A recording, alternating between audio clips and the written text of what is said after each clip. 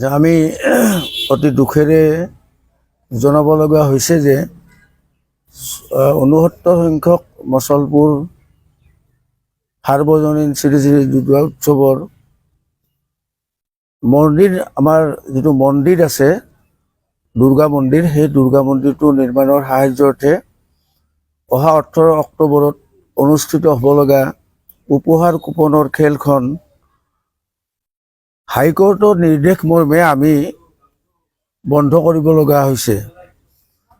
যিখিনি টিকট ইতিমধ্যে বিক্ৰী কৰা হৈছে সেই টিকটৰ মূল্য 18 অক্টোবৰৰ ৰাতিপুৱা 10 বজাৰ পৰা সন্ধিয়া 7 বজাৰ ভিতৰত আমি ঘূৰাই দিম। আৰু সেই দিনটোত যিখিনি মানুহে উপহাৰ কুপন লৈছে সেই মানুহখিনিয়ে উপহাৰ টিকট এইখন লৈ আমাৰ দুৰ্গা মন্দিৰ প্ৰাংগণত উপস্থিত হোৱাৰ কাৰণে আমি আহ্বান জনালোঁ। লগতে যিখিনি ডিলাৰক আমি টিকট দিয়া হৈছিল সেই টিকটৰ পইচাখিনি আমি তেওঁলোকক ঘূৰাই দিছোঁ আৰু তেওঁলোকৰ পৰা টিকটৰ পইচাখিনি লোৱাৰ কাৰণে আমি আহ্বান জনাইছোঁ। আমি আগ্ৰহী।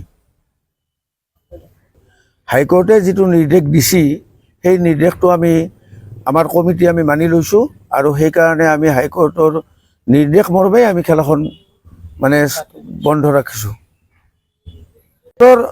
যিটো বিক্ৰী এইটো আমাৰ খুব কমেই হৈ আছে, কিন্তু আমি প্ৰায় 2 লাখ মান টকাৰ টিকট আমি বিক্ৰী কৰিছোঁ আৰু এই টিকটৰ পইচাখিনিতো আমি আগত মই ক'লোৱেই যে আমি 18 তাৰিখে ৰাতিপুৱা 10 বজাৰ পৰা 7 বজাৰ ভিতৰত সন্ধিয়া ঘূৰাই দিম বুলি আমি আৰু তেওঁলোকক ইয়াত উপস্থিত হোৱাৰ কাৰণে আমি আহ্বান জনাইছোঁ।